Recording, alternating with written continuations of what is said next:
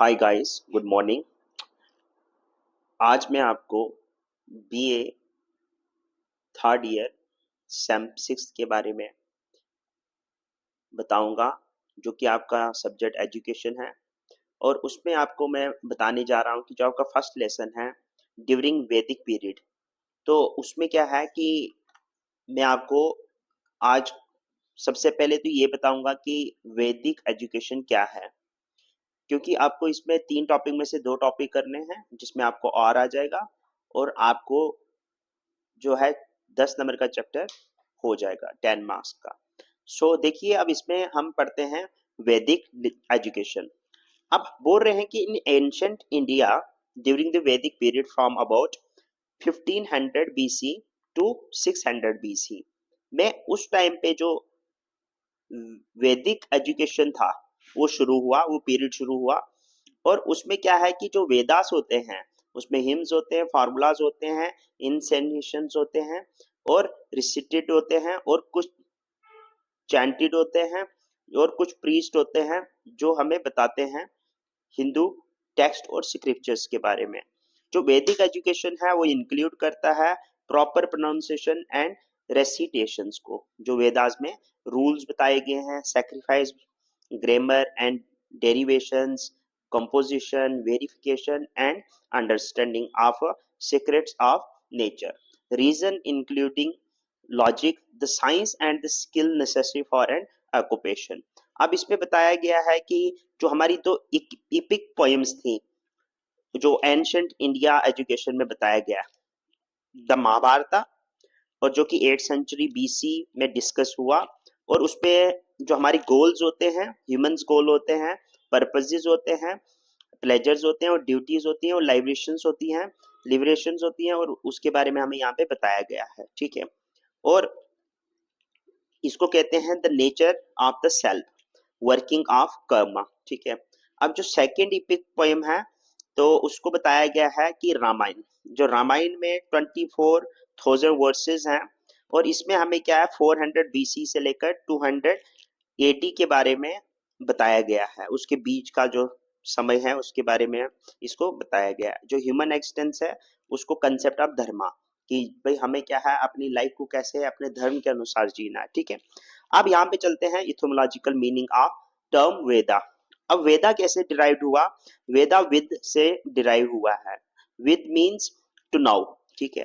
It is found in 4 roots. ठीक है। विद सत्यम, विद्री लबे, विद वी चरने एंड विद ज्ञान। ठीक है। हमें बताया गया यहाँ पे कैसे कैसे ये शुरू हुआ। अब Veda is the knowledge of the ways and means of achieving spiritual progress in life.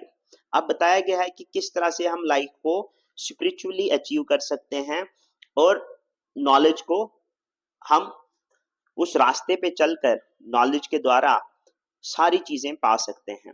और वेदास कंपोज करता है कि जो भी पर्पस है हमारी लाइफ में वो है धर्म। और while dharma is something which makes our welfare and Brahm is considered as the cause of creation। ठीक है। अब यहाँ पे क्या है, कुछ फीचर्स हैं।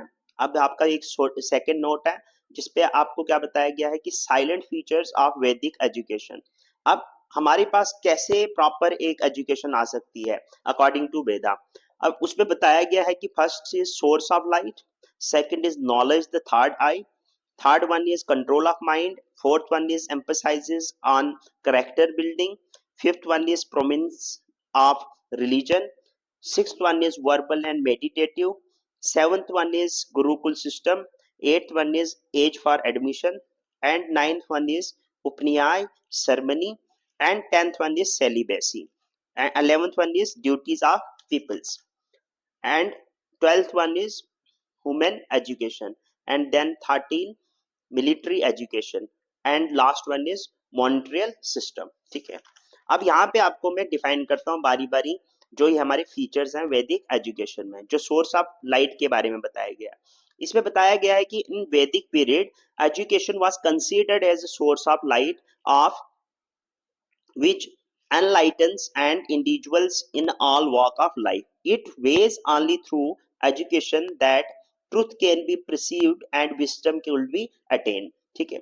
अब जब हमारे अंदर पूरी तरह से एक ज्ञान होगा, हमारे अंदर वो जो अंधकार है वो खत्म हो जाएगा और हमारे भीतर एक रोशनी जगमगाएगी, तो हमें उससे क्या सोर्स मिलेगा, उससे क्या एक इंडिविजुअल को एनलाइटमेंट मिलेगा, सोचने का प्रॉपर नजरिया मिलेगा, पॉजिटिविटी मिलेगी।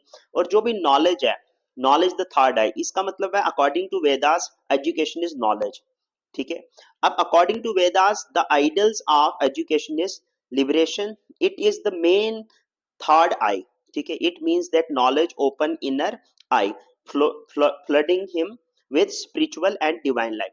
देखिए, जब हमारे अंदर किसी तरह की कोई गंदगी नहीं होगी तो हमारे भीतर क्या प्रिजर्वनेस होगी, कुछ पॉजिटिविटी होगी। और वो कहाँ से आएगी, जब हमारे अंदर कुछ अच्छा ज्ञान होगा। और उससे क्या होगा कि जब अंदर से हमारे भीतर से वो ज्वाला जलेगी और उससे क्या होगा कि जो नॉलेज के द्वारा हमारे अंदर वो एंथुसिज्म आएगा तो वो हमारी आंखें खोल देगा। और जो थर्ड आई होती है, third I means that power that which everybody can't get, who can learn in a better way, those people adopt it। ठीक है। so the knowledge protects an individual like a mother, inspires him to follow the path of a good conduct as a father does। ठीक है। अब ये एक moral है जो हमको यहाँ पे बताया मैंने। Control of mind. अब another features of a Vedic age is control of mind।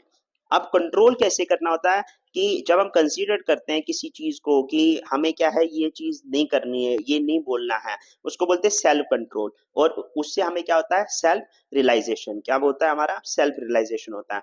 अब क्या है कि जो करेक्टर बिल्डिंग है वो कितना इंपॉर्टेंट है एक स्टूडेंट्स के लिए, मतलब आपकी हैबिट्स, आपकी जो जाती जिंदगी जो आप शुरू करते हो अपनी लाइफ जीना, तो उसमें आप किस तरह से चीजों को हैप्पी फ्यूचर की तरफ देखते हो, कैसे आप रेगुलेट करते हो अपनी डेली लाइफ को, सोसाइटी में कैसे आप जुड़ते हो, कैसे आप अपनी पोटेंशियल दिखाते हो with the good habits and उससे आप प्रोग्रेस करते हैं लाइफ में। अब क्या होता है, रिलीजन्स के बारे में यहाँ पे जो हमें बताया गया है। अब वैदिक education was dominated by religion.